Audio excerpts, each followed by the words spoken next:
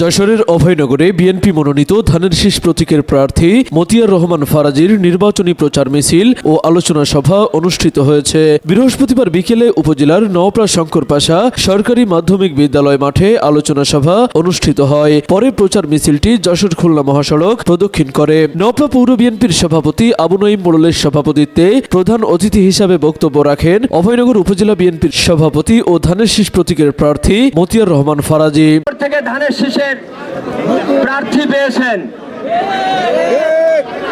এর জয় এবং পরাজয় এর কোনটার দায় দায়িত্ব মতিয়ার রহমান ফারাজির না অভয়নগরবাসীর। আমাদের রাজনৈতিক প্রতিপক্ষ কারা, কাদের সাথে আমাদের নির্বাচন হবে,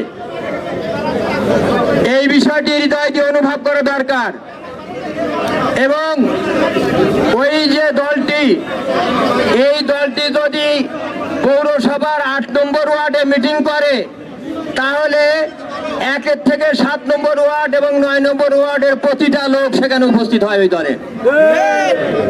এবং আগামীকাল যদি এখানে জামাত ইসলাম মিছিল করে তাহলে দেখবেন অভয়নগর, বাঘারপাড়া, কেশবপুর, মনিরামপুর, ফুলতলা সমস্ত এলাকার লোক তারা নিয়ে আসবে।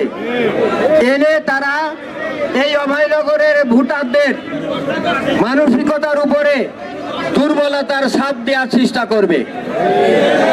আপনারা কি বুঝছেন আমার কথা? অতএব ভয়ে কাঁপে কাক পুরুষ, লড়ে যায় বীর।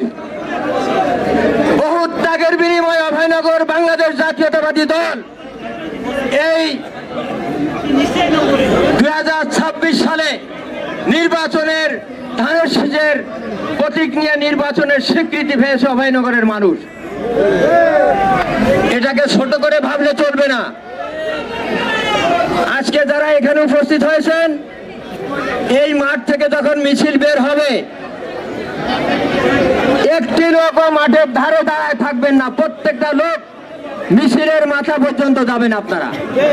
অভয়নগর উপজেলা বিএনপির সাংগঠনিক সম্পাদক কামাল হোসেন খানের সঞ্চালনায় এ সময় বিশেষ অতিথি হিসেবে বক্তব্য রাখেন অভয়নগর উপজেলা বিএনপির সাধারণ সম্পাদক কাজী গুলাম হায়দার ডাবলু, নওপড়া পৌর বিএনপির সাধারণ সম্পাদক রেজাউল করিম মোল্লা, অভয়নগর থানা বিএনপির সাবেক যুগ্ম আহ্বায়ক মশিয়ার রহমান মশি, নওপড়া পৌরসভার সাবেক মেয়র রবিউল হোসেন রবি, ঢাকা সুপ্রিম কোর্টের সহকারী অ্যাটর্নি জেনারেল নূরে আলম সিদ্দিকী সোহাগ, সুপ্রিম কোর্টের আইনজীবী শাকিল আহমেদ রিপন, থানা যুব দলের আহ্বায়ক বাকিউজ্জামান রানা, উপজেলা স্বেচ্ছাসেবক দলের আহ্বায়ক মোল্লা হাবিবুর রহমান হাবিব, উপজেলা কৃষক দলের সাধারণ সম্পাদক আশাবুর রহমান মোল্লা, উপজেলা ছাত্র দলের আহ্বায়ক নাইমুদ্দিন বিজয় সহ আরো অনেকে। এছাড়াও বিএনপি ও এর অঙ্গ ও সহযোগী সংগঠনের নেতৃবৃন্দ উপস্থিত ছিলেন। তৌহিদ হাসান ওসামা, খবর অভয়নগর। দীর্ঘদিনের দাবি মহান আল্লাহ তাআলা পূরণ করেছেন।